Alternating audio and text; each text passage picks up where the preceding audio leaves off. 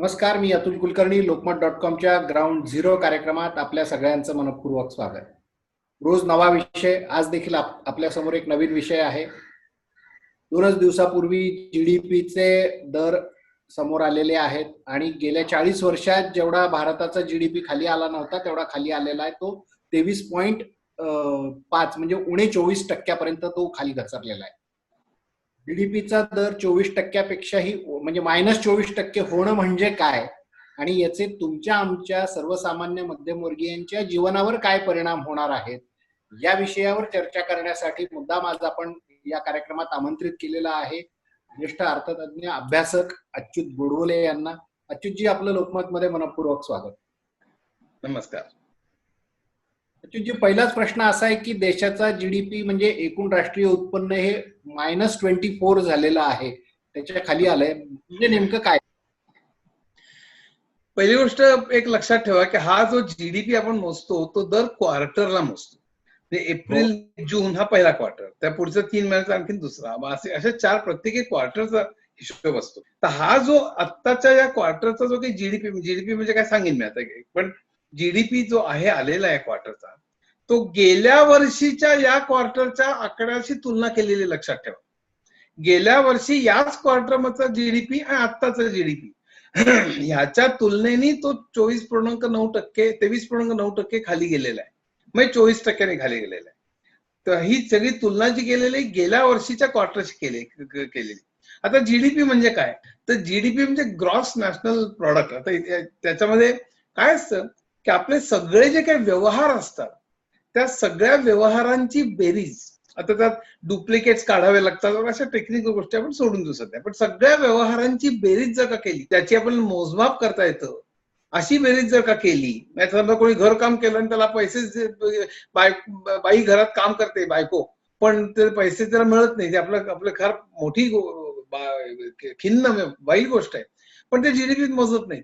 जिथे जिथे व्यवहार होतोय सगळ्या राष्ट्रातल्या सगळ्या व्यवहारांची बेरीज म्हणजे जीडीपी. आता काय असतं की त्याचे 3 साधारण मुख्य 4 भाग केलेले आहेत जीडीपी. एक म्हणजे कन्झम्पशन, आपण जे सातत्याने खातो पितो, म्हणजे कन्झ्युम करतो किंवा वस्तू विकत घेतो वगैरे. दुसरं म्हणजे इंडस्ट्री, त्याला इकॉनॉमिक टर्म्स मध्ये सी म्हणतात. मग आय म्हणजे गुंतवणूक, उद्योजक जे गुंतवणूक करतात प्रायव्हेट, त्याला आय म्हणतो. जी म्हणजे गव्हर्नमेंट, म्हणजे सरकार जे खर्च करतं ते. आणि एक्सपोर्ट मायनस इम्पोर्ट म्हणजे नेट एक्सपोर्ट, अशा 4 विभागात ते विभागलं जातं. पण जनरली जेव्हा ते रिपोर्ट केलं जातं ते 3 भागात केलं जातं, शेती, उद्योग आणि सेवा. आता मी प्रत्येक बाबतीत काय घट झाली एवढं सांगतो आणि थांबतो. आता जी घट झालेली, मी गेल्या वर्षातल्या पहिल्या क्वार्टर बरोबर जी घट झालेली त्या म्हणजे सी म्हणजे कन्झम्पशनचा जो भाग आहे त्यात 27% घट झालेली आहे. इंडस्ट्री इन्व्हेस्टमेंट जी आहे त्यात 47% घट झालेली आहे. आणि आता जर का आपण शेती, उद्योग आणि सेवा जर का बघितलं आपण, तर शेती एवढा एकच गोष्ट आहे तिथे 3.6% वाढ झालेली आहे, म्हणजे गेल्या वर्षाच्या पहिल्या क्वार्टरपेक्षा. आणि बाकीच्या ठिकाणी मात्र म्हणजे इंडस्ट्रीज मध्ये 38% कमी झालेली आहे, मॅन्युफॅक्चरिंग मध्ये 39% कमी झालेलं आहे, आणि सर्व्हिसेस मध्ये 20.6 म्हणजे 21% कमी झालेले आहे. लक्षात ठेवा, सर्व्हिसेस मध्ये 21% फार मोठा भाग आहे, कारण आपल्या जीडीपीचा 60% भाग हा सर्व्हिसेसचा आहे. म्हणजे tourism, travel, hotel, IT, banking, हे जे सगळे सर्व्हिसेस आहेत, असं म्हणणं आपला जीडीपी फार लॉप साइडेड वाढलेला आहे.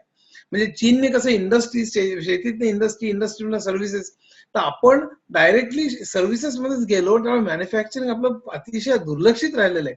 त्याचा फायदा चीनला झालेला आहे, आणि चीन हा जगाची पूर्ण एक मॅन्युफॅक्चरिंग हब बनला, आणि जिथे रोजगार निर्माण होतो आपण ते करू शकलो नाही, आपण डायरेक्टली सर्व्हिसेस मध्ये गेलो. त्याच्यावर आपण नंतर बोलू, पण बेसिकली जीडीपीचा अर्थ हा आहे की सगळ्या ट्रान्झॅक्शनची बेरीज केली की त्याला जीडीपी म्हणतात. माझं स्वतःचं मत असं आहे की फक्त जीडीपी वरनं आपण कधीही राष्ट्राची प्रगती मोजू नये. माझ्या अनर्थनाच्या पुस्तकात मी अनेकदा म्हटलेलं आहे, इनफॅक्ट जीडीपी वाढीमध्ये प्रदूषण किती वाढतं, गरिबी संपूर्ण किती ट्रिकल डाऊन होतं, विषमता किती आहे, हे सगळं बघितलं पाहिजे. आणि ग्लोबलायझेशनच्या नंतर माझ्यामध्ये कुठलंही सरकार का असे ना, मी कुठल्याही पक्षाचं नाही, तर विकास नीतीचा हा प्रश्न आहे. या ग्लोबलायझेशन आपण ज्या तऱ्हेने ऍक्सेप्ट केलं त्यात प्रदूषण, बेकारी आणि विषमता हे 3 राक्षस आपण निर्माण केलेले असं मला वाटतं. त्याचा आता टोक इथे आलेला आहे.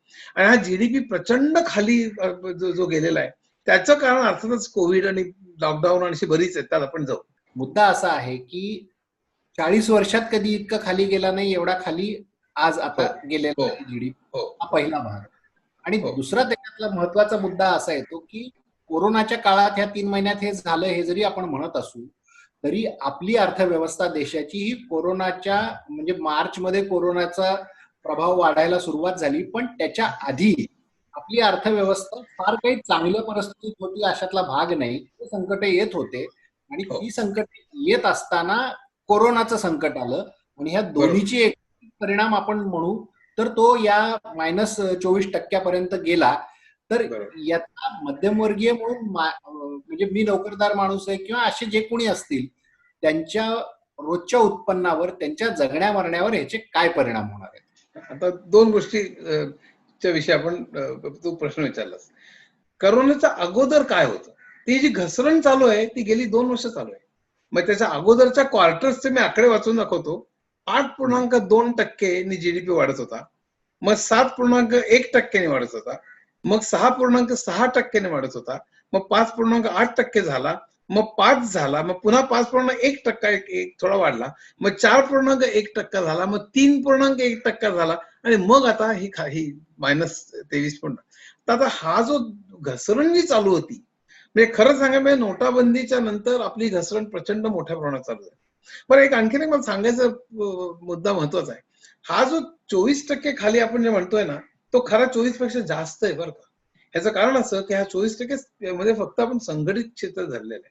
त्यात असंघटित क्षेत्र आणि एमएसएमई ज्याला म्हणतो आपण, स्मॉल आणि मीडियम क्षेत्र, हे जर का ऍड केलं तर हा 35 ते 40% किंवा इव्हन त्याच्यापेक्षा जास्त आहे असं तज्ञांचं म्हणणं आहे. लक्षात ठेवा. अरुण कुमार दिल्लीचे आहेत, इतर अनेक तज्ञांचं म्हणणं आहे खरं 40% तो कमी झालेला असणं शक्य आहे.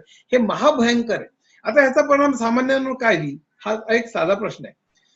तर एम्प्लॉयमेंटच्या दृष्टीने काय होतं तुम्हाला सांगतो. 1% जीडीपी जर का घटला तर सर्वसाधारणपणे 15 ते 20 लाख लोकांच्या नोकऱ्या जातात संघटित क्षेत्रातल्या. आपण इनफॅक्ट काही लोकांच्या मध्ये संघटित क्षेत्रातल्या 1% जीडीपीचा 1% कमी झाला की संघटित क्षेत्रातल्या 15 ते 20 लाख किंवा काही वेळेला जास्त नोकऱ्या जातात. आता एक माझा ऐकू द्या, गंमत बघा. समजा आपण 20 लाख धरू. आता 1% जर का असेल तर 20 लाख नोकऱ्या जातात, पण एक संघटित क्षेत्रातील नोकरी असेल त्याच्याबरोबर 3 असंघटित क्षेत्रातल्या नोकऱ्या येतात. आता ऑफिस निर्माण झालं की ऑफिस बाईज येतात, कॅन्टीन येतं, सगळं येतं. त्यामुळे एक संघटित क्षेत्रातील नोकरी गेली की 3 असंघटित क्षेत्रातल्या नोकऱ्या जातात. या न्यायाने 1% जीडीपी कमी झाला की 20 लाख नोकऱ्या संघटित क्षेत्रात जातात, म्हणजे एकंदर त्या चौपट में 80 लाख नोकऱ्या जातात. आत्ताचा जो 24% या क्वार्टर मधला आहे तो थोडा पुढे कमी कमी कमी होत जाईल. 24%च राहील असं नाही, पुढच्या क्वार्टरमध्ये कदाचित जास्त होईल. पण आणि खरं 40% आहे तो विसरून जाऊ, आपण सध्या 24% धरू. पण तो एका वर्षाचा तुम्ही जर स्पॅन घ्याल तर तो साधारण 10% आपला जीडीपी घसरलेला असेल असा अंदाज आहे. स्टेट बँकेचाच अंदाज 10% साधारण घसरलं. आता 1% जर का झालं तर जॉब जर का आपल्या 80 लाख जात असतील संघटित असंघटित मिळून, तर 10% जर का जीडीपी कमी झाला त्याचा अर्थ 8 कोटी लोकांच्या नोकऱ्या जातील आणि त्यामुळे त्यांच्यावर अवलंबून असलेली 5 लोकांची म्हणजे एकंदर ते 40 कोटी लोकांना अफेक्ट करेल. कल्पना कर किती महाभयंकर आहे. 40 कोटी लोकांना ते अफेक्ट करेल. म्हणजे हा जो प्रकार आहे संघटित आणि असंघटित, त्या पुढे सांगतो मॅकेन्झीचा रिपोर्ट आलेला आहे. मॅकेन्झीने सांगितलेलं आहे आणि ते उघड आहे की दर वर्षाला आपल्याकडे 1.2 कोटी जॉब मार्केटमध्ये येतात नवीन. आता हा जो कोविडचा जो आहे तो साधारण 1-1.5 वर्षापर्यंत तरी अर्थव्यवस्था प्रचंड मोठ्या प्रमाणात काही सुधारणार नाही. ती थोडी थोडी सुधारायला सुरुवात होईल तर व्ही शेप का एल शेप का डब्ल्यू शेप का यू शेप का तो नायके सारखी हॉकी स्टिक ह्याच्यात बरेच वार आहेत. पण 1 ते 1.5 वर्षाची चाचपडत ही अर्थव्यवस्था आणि 2022 पासून 30 पर्यंत आपल्याला एवढ्या नोकऱ्या ऍडिशनल निर्माण करायच्या 9 कोटी असं मॅकेन्झीचं म्हणणं आहे. नाही, आपण जो मुद्दा उपस्थित करताय बेरोजगारीचा, संघटित आणि हो असंघटित क्षेत्रात हो किती रोजगार होईल, हा मुद्दा आपण अतिशय व्यवस्थितपणे सांगितला. गेल्या 45 वर्षातली भारतातली बेरोजगारी ही सगळ्यात जास्त वाढलेली आहे, असं आता जे समोर आकडे येत आहेत नाही, त्याच्यावरून लक्षात. कोरोनाच्या अगोदरची गोष्ट आहे ही. हो हो, कोरोनाच्या हा. आधीच म्हणतो. आता तर भयंकरच आहे म्हणजे. या 3-4 महिन्यात तर मोठ्या प्रमाणावर नोकऱ्या गेल्या लोकांच्या, मोठ्या प्रमाणावर असंघटित काय संघटित काय कोणाच्याही नोकऱ्यांची खात्री राहिली नाही.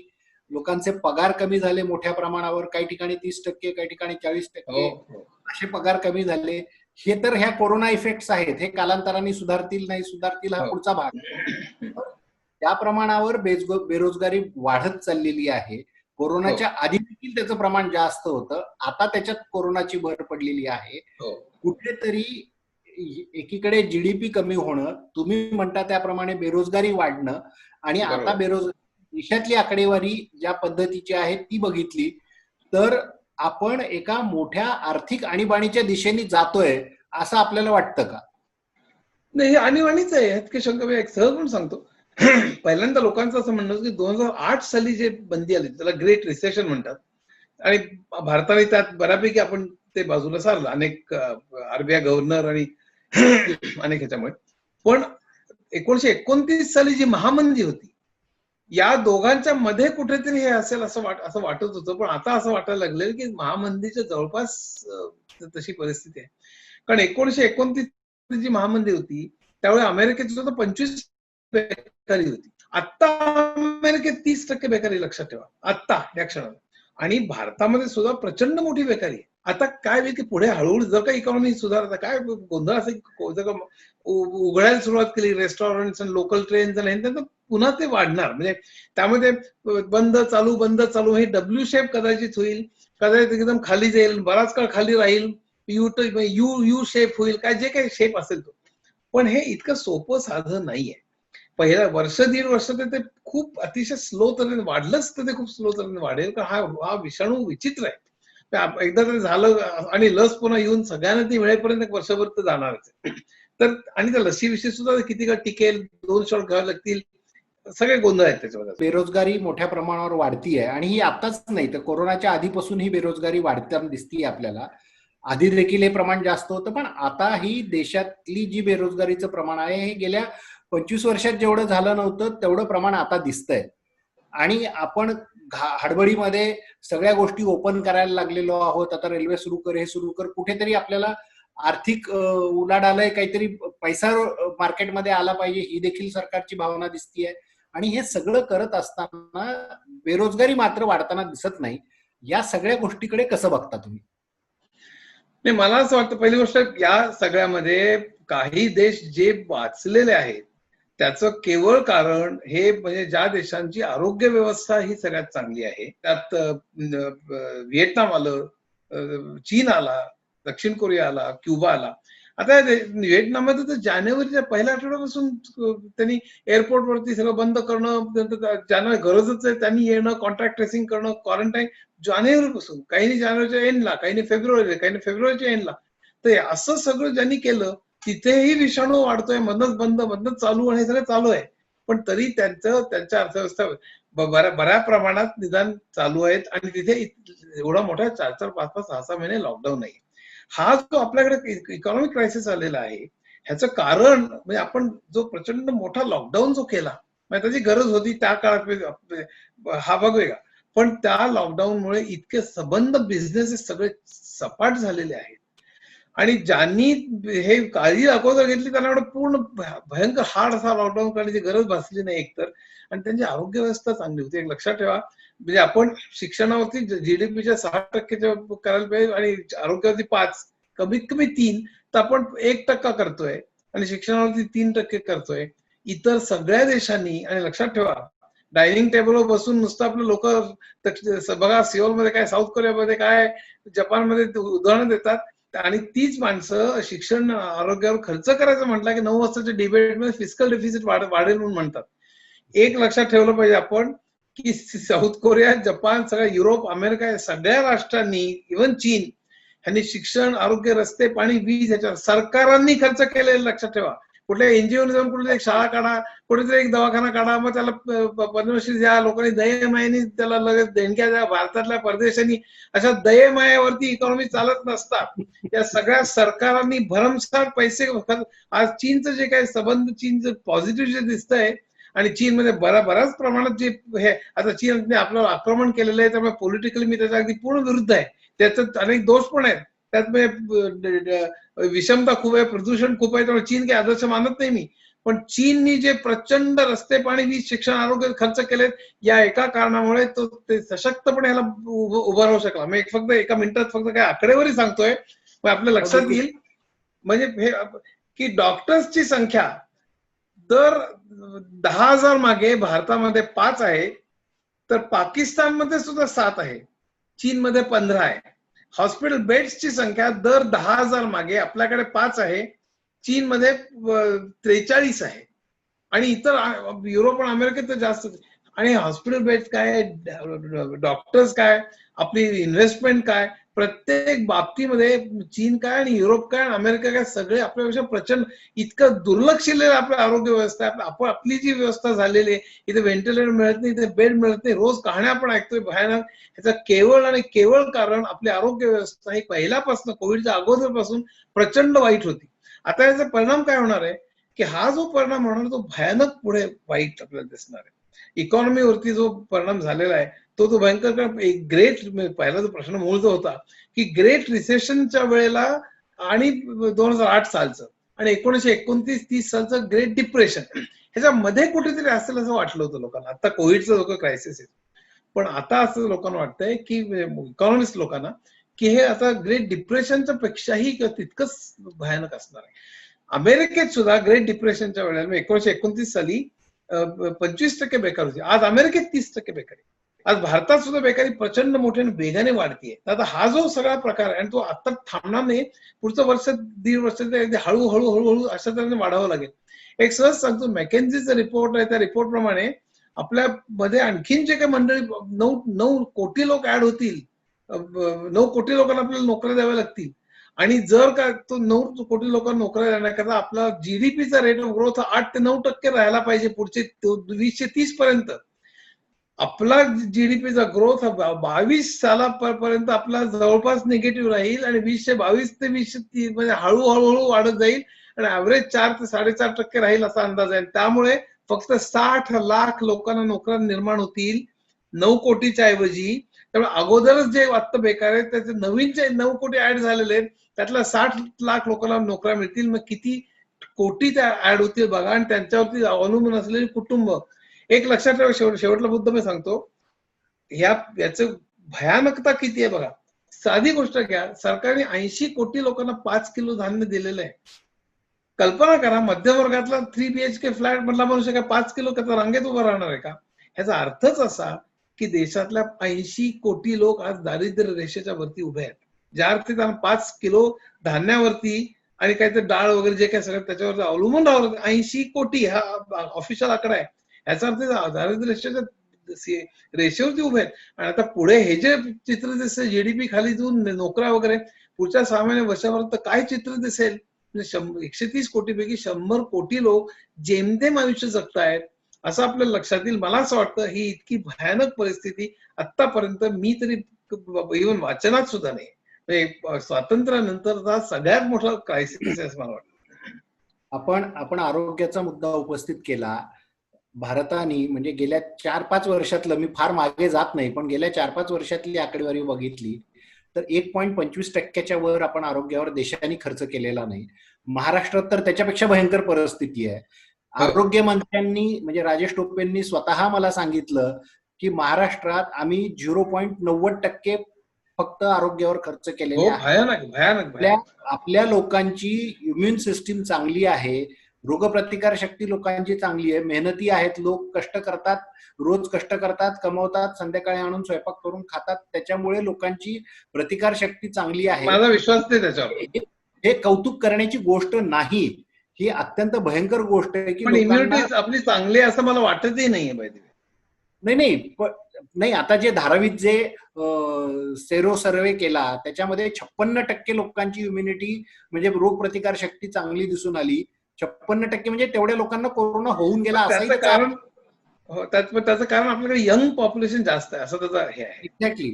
पण त्याची कारणं खूप आहेत, पण हा, पण पण अगदी मरणाऱ्यांमध्ये महाराष्ट्रामध्ये आरोग्यावरती खर्च प्रचंड कमी आहे. अगदी बरोबर आहे. अगदी बरोबर आहे. अगदी महाराष्ट्रात अतिशय तुटपुंजा खर्च केला जातो. जो काही खर्च होतो ते सगळे अधिकारी खरेदीमध्ये अगदी गुंतलेले आहेत. तो आजचा विषय नाही खरं तर, पण पण आपण अगदी बरोबर आहे. आणि सगळ्या पार्ट्या इन्व्हॉल्ड आहेत. कुठेही एका पार्टीचं नाही, एक्झॅक्टली सगळ्यांचं मिळून केलेलं हे आहे ते. सगळ्यांनी मिळून केलेलं हे पाप आहे असं मी स्पष्ट म्हणेन त्याला. पण देशाची अर्थव्यवस्था जेव्हा आपण हे जीडीपीच्या अनुषंगाने जेव्हा चर्चा करतोय, तेव्हा देशाचे अर्थमंत्री म्हणतात की हे ऍक्ट ऑफ गॉड आहे, म्हणजे शेवटी देवावर विसंबून राहायचं का लोकांनी, हा एक प्रश्न आहे.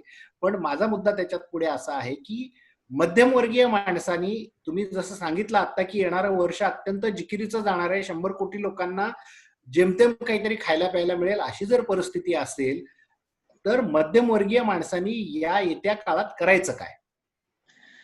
आता प्रश्न असा की मला असं तर येस अँड नो काय करायचं मला काही सांगता येत नाही. कारण काय आहे, मला रोज शेकडो फोन येतात काय करावं, आणि मग ते तरी सुद्धा हसत राहा, तरी सुद्धा पॉझिटिव्ह थिंकिंग करत राहा, तरी सुद्धा सकारात्मक विचार करा, काय असले मी काही सांगू शकत नाही असलं काही, बरं का. पण मी एक सहज सांगतोय, ह्या क्रायसिसचं स्वरूप काय ते एकदा सांगतो. क्रायसिस दोन प्रकारचा, एक डिमांड क्रायसिस आणि सप्लाय, पण दोन बाजू असतात. मागणी मालाला कमी होणं हा डिमांड साईडचा क्रायसिस आहे, किंवा उद्योजकांकडे पैसे नसणं उद्योगात घालायला, तर सप्लाय साईड म्हणतात. रिगन आणि थॅचरनी 1980च्या नंतर असं कल्पना केली की आपण त्यांचे टॅक्सेस कमी करून 90% म्हणजे हायेस्ट टॅक्स जो स्लॅब होती ते 90 खाली करत करत 30 आणली. त्यांचे टॅक्सेस जर कमी केले, त्यांचं वेल टॅक्स कमी केलं, सगळं कमी कमी करत आणलं, तर त्यांच्याकडे पैसा भरपूर राहील, मग ते गुंतवतील, ते गुंतवल्यानंतर रोजगार वाढेल, आणि त्यामुळे ते ट्रिकल डाऊन खालपर्यंत येईल, अशी ती सप्लाय साईडची थेअरी होती.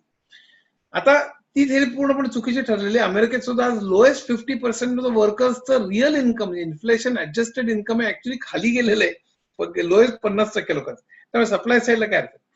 डिमांड साईड, मागणी कशी वाढवायची याच्याकरता केन्सने जो उपाय सांगितलेला आहे तो आपण खरं आता केला पाहिजे. आणि आपल्याला सप्लाय अँड डिमांड दोन्हीकडला प्रॉब्लेम आहे. त्यामुळे मला असं वाटतं स्वतःला की इंग्लंड, जर्मनी आणि कॅनडा सारख्या काही देशांनी जे अवलंबलं, तसं जर का आपण केलं, अजून वेळ गेलेली नाही, तसं जर का केलं तर आपल्याला खूप फायदा होईल. म्हणजे कसं की त्यांनी काय केलं की त्यांनी त्या कारखानदारांनाच पैसे दिले आणि सांगितलं तुम्ही तुमच्या कामगारांना, कर्मचाऱ्यांना पैसे द्या, त्यातले 50% 80% प्रत्येक देशाने वेगवेगळी गणितं वापरली. आम्ही तुम्हाला इतके इतके महिने ते पैसे देत राहू, तुम्ही बंद करू नका, त्यांना कामावरून काढून टाकू नका. आणि त्यांनी त्यामुळे त्या लोकांच्या हातात पैसा गेला. मग तो पैसा सरकारने कारखानदारांना दिलेला असल्यामुळे त्यांच्या खिशातनं गेला नाही, काही भाग त्यांच्याकडे उलट शिल्लक राहिला. आणि त्यामुळे एकंदरीत डिमांड साईड, सप्लाय साईड दोन्ही बाजू त्यांनी सांभाळल्या. बॅलन्स व्यवस्थित साधला गेला. आपल्याकडे एसएमई स्मॉल, आपल्याकडे प्रॉब्लेम काय झाला की बिग कॉर्पोरेट्सकडे भरपूर पैसा आहे, पण त्यांना गुंतवा कुठे कळत नाही, कारण गुंतवलं तर मागणी नाही मालाला. आणि स्मॉल आणि मीडियम स्केल लोकांना मागणी नाहीये आणि त्यांच्याकडे गुंतवायला पैसेही नाही, आणि बँक कर्ज पण देत नाहीये.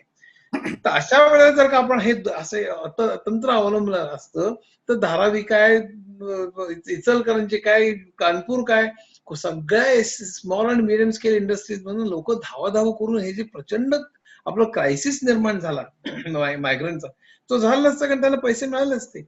आणि त्यांना सांगायचं की तुम्ही हळूहळू लोकांचे टेस्ट करा आणि हळूहळू कारखाने चालू करा. तसं आपण अजूनही करायला पाहिजे असं मला वाटतं. आणि हे जर का केलं तर सप्लाय अँड डिमांड दोन्ही साईड आपण गॅप ब्रिज करू शकतो. मला फक्त एकच वाटतं की हे सगळं आपल्याला अतिशय सावधगिरीने केलं पाहिजे. आणि सरकारने लोकांच्या हातात पैसे जर का दिले नाहीत, म्हणजे मागणी वाढवली नाही मालाची, तर ह्याच्यातनं बाहेर येणं शक्य नाही. फक्त लोकांना लोन ऑफर करू, लोन घ्यायला कोणी तयार नाहीये आता या क्षणात. तर लोकांच्या हातात पैसे दिले पाहिजे. आता सुवर्ण संधी आहे की दुष्काळाची कामं काढ, म्हणजे भारतात दुष्काळ पडतो, आपल्याला शर्मेची बाब झाली पाहिजे. पाणी फाउंडेशन जसं करतंय, अशा अनेक आपल्याला हे हिवरे बाजार आहे. आपल्याला पाणी साठवून ठेवणं, पाऊस पडत असताना ते साठवून ठेवणं, की जेव्हा पाऊस पडणार नाही तेव्हा ते उपयोगी पडेल, तर देशातून दुष्काळ आपण बाहेर काढू शकू, अशी कामं काढा ना. त्यात अनेक लहान धरणं आहेत, अनेक रस्ते आहेत, वीज, पाणी आहे, लहान घर, टिकाऊ स्मॉल घरं लोकांना राहण्यासारखी आहेत, सार्वजनिक वाहतूक आहे, ह्याची सगळी कामं भरमसाठ काढून सरकारने पैसे खर्च केले पाहिजेत. आणि लोकांनी म्हणतो पैसे आणायचे कुठनं, फिस्कल डेफिसिट वाढेल. लोकांजवळ जी काही पैसे थोडे बहुत आहेत, लोकांची सवय असते, लोक बँकेत फिक्स डिपॉझिट करून ठेवतात, सेव्हिंग अकाउंटमध्ये ठेवतात, काही जण थोडे बहुत पैसे जवळ असावेत म्हणून घरात ठेवतात. आणि एकीकडे बँका देखील आता ज्या पद्धतीने बुडत चाललेल्या आहेत आणि सरकार बँकांच्या बाबतीत त्या पद्धतीने पक्षपाती धोरण अवलंबतंय. म्हणजे येस बँक बुडू लागली तर सरकारने एसबीआयला सांगितलं तुम्ही त्याच्यात पैसे होता आणि येस बँक वाचवा, पण पंजाब नॅशनल बँक असेल किंवा अजून कुठली बँक असेल त्यांना वाचवायला सरकार गेलं नाही. म्हणजे हा विरोधाभासही दिसतोय. अशामुळे लोकांनी बँकेत पैसे ठेवले ते देखील सुरक्षित आहेत की नाही अशी लोकांना भीती आहे. तर लोकांनी पैसे स्वतःचे ठेवायचे कुठे असा त्यांच्यासोबत प्रश्न आहे. नाही, मला असं वाटतं की हा खरं म्हणजे हा जगातला, म्हणजे मी ज्याला निओलिबरल इकॉनॉमी म्हणतो ना, तो प्रश्न आहे. हा फक्त एका पार्टीचा प्रश्न नाहीये. संबंध निओलिबरल व्यवस्थेमध्ये जगामध्येच सट्टेबाजीच करायची असं सगळं, म्हणजे लोकांनी आता सगळे पैसे जवळपास सट्टेबाजीत टाकले पाहिजेत. आणि हे काय फक्त गेल्या 6 वर्षात सुरू झालेलं नाहीये. म्हणजे प्रॉव्हिडंट फंडाचे पैसे शेअर मार्केटमध्ये घालायचे, म्हणजे ते शेअर मार्केट कोसळलं की माझे पैसे बुडले. हे फक्त आता चालू झालेलं नाही, हे मुख्य म्हणजे न्यूलिबरल फिलॉसॉफीचं मुख्य तेव्हापासून जी सट्टेबाजी सुरू झालेली आहे. तुम्हाला गंमत सांगतो म्हणजे बरं का, की अमेरिकेमध्ये 2008 साली जे क्रायसिस आला त्यावेळेस ओबामाने 70,000 बिलियन डॉलर्सचं पॅकेज काढलं. आता ट्रम्पनी कित्येक ट्रिलियन डॉलर्स ओतलेले आहेत, पण ते प्रत्यक्ष मागणी वाढवण्याकरता ओतलेले आहेत. त्यांनी $1,200 वन टाइम आणि $600 पर वीक असे दिले होते. ते पण आता ऑगस्ट एंडला संपलेले आहेत. त्याचे 400 करावे, 200 करावे, त्याचे मारामारी काँग्रेसमध्ये चालू आहे. पण त्याच्यापेक्षा अनेक पट पैसे त्यांनी कसे हे केले, त्यांनी कॉर्पोरेट बॉन्ड विकत घेतले. म्हणजे कॉर्पोरेटच्या ह्याच्यात पैसे दिले आणि कॉर्पोरेटची सर्टिफिकेट फक्त सरकारकडे आली. व्याज दर 0 केला त्यांनी. त्यामुळे सगळ्या कॉर्पोरेट्सनी प्रचंड पैसे घेतले त्यांच्याकडनं 0 व्याजदरावर, आणि जुने ज्याच्यावर व्याजदर जास्त होता अशी कर्ज सगळी फिटवून टाकली. भारतात सुद्धा हेच झालं. आणि या सगळ्यामुळे आणि पण महत्वाची गोष्ट, हे जे पैसे मिळाले त्यांना, मग त्यांनी जुनी कर्ज फिटवली तरी पैसे उरलेले होते आणि कॉर्पोरेट बॉन्डमुळे पण पैसे आले. ते पैसे त्यांनी शेअर मार्केटमध्ये गुंतवले आणि स्वतःचे शेअर, त्यांचं 7% त्यांचं होल्डिंग असेल तर ते 70-80 केलं, कारण चांगल्या भावाला त्याला मिळाले आता. आणि सगळ्यांनी शेअर मार्केटमध्ये भराभर पैसे गुंतवल्यामुळे शेअरचे भाव वाढायला लागले. मध्यमवर्ग, उच्च मध्यमवर्ग जो गुंतवतो त्याला वाटायला लागलं अरे शेअर मार्केट फुगतंय, त्यांनी गुंतवायला सुरुवात केली. आणि हा सगळा फुगा हा अमेरिकेत वाढायला सुरुवात केली. त्यांना भारत सुद्धा सापडला. त्याला FII म्हणतात. आता ते FDI नाही तर फॉरेन इन्स्टिट्यूशनल इन्व्हेस्टमेंट म्हणून तिकडला पैसा पण आपल्या शेअर मार्केटमध्ये यायला लागला. आपल्याकडला सुद्धा कॉर्पोरेट टॅक्स कमी केल्यामुळे आपल्याही मोठ्या कॉर्पोरेट्सकडे पैसे होते, तेव्हा त्यांनीही भरपूर आपल्या शेअर मार्केटमध्ये गुंतवायला सुरुवात केली. मग आपल्या उच्च मध्यम वर्गाने गुंतवायला सुरुवात केली आणि याच्यामुळे शेअर मार्केट प्रचंड फुगलं. त्याचे फंडामेंटल्समुळे शेअर मार्केट सांगितलं 24% खाली गेलेले, सगळ्या इंडस्ट्रीने मार खाल्लेला आहे, कुठे उत्पादन चालू नाहीये, तर फंडामेंटल चालू चांगले असण्याचा प्रश्नच उद्भवत नाहीये. हा सगळा सट्टेबाजीचा पैसा आहे. आणि निओलिबरलिझम मध्ये सट्टेबाजी एवढ्या प्रचंड प्रमाणात वाढलेली आहे की म्हणून तो ओरिजिनल जो प्रश्न होता की मला याचं उत्तर नाही माझ्याकडे, मी उद्या बँकांकडे जर का आपण पैसा ठेवला आणि बँकांनीच जर का सट्टेबाजीत पैसा गुंतवायला सुरुवात केली, प्रॉव्हिडंट फंडापासून सगळ्यांनी नुसतं सट्टेबाजी म्हणजे आपलं आयुष्य असं म्हणायला सुरुवात केली, भयानक परिस्थिती. आणि परिस्थिती फक्त या सरकारची नाहीये. हे गेल्या रिगन थॅचरपासून 1980 सालापासून जी काही आपण विकास नीती स्वीकारलेली आहे त्याचा हा परिणाम आहे असं माझं मत आहे. नाही, आपण जे आता अमेरिकेबद्दल सांगितलं आणि त्याचे पडसाद आपल्या भारतीय शेअर मार्केटमध्ये कसे उमटत आहेत तेही आपण सांगितलं. एक चर्चा अशी देखील आहे की अमेरिकेच्या निवडणुकीनंतर ही जागतिक मंदी वाढेल आणि त्याचे परिणाम पडसाद भारतावर देखील उमटतील. त्याविषयी आपल्याला काय वाटतं? नाही, त्याची आता असं आहे की ट्रम्प निवडून येतो की नाही याच्यावर बरंच अवलंबून आहे. कारण खरं सांग म्हणजे रिपब्लिकन्स आणि डेमोक्रॅट्स मध्ये सुद्धा भयंकर काही फरक नाहीये बरं का त्यांच्या पॉलिसीज मध्ये. म्हणजे फक्त रिपब्लिकन्स आणखीन जास्त उजवे आहेत एवढंच त्यातला भाग आहे. पण गोंधळ असा आहे की ट्रम्प हा चीनला एक प्यादं म्हणून हे करतोय, एक इलेक्शनचा इश्यू म्हणून बनवतो.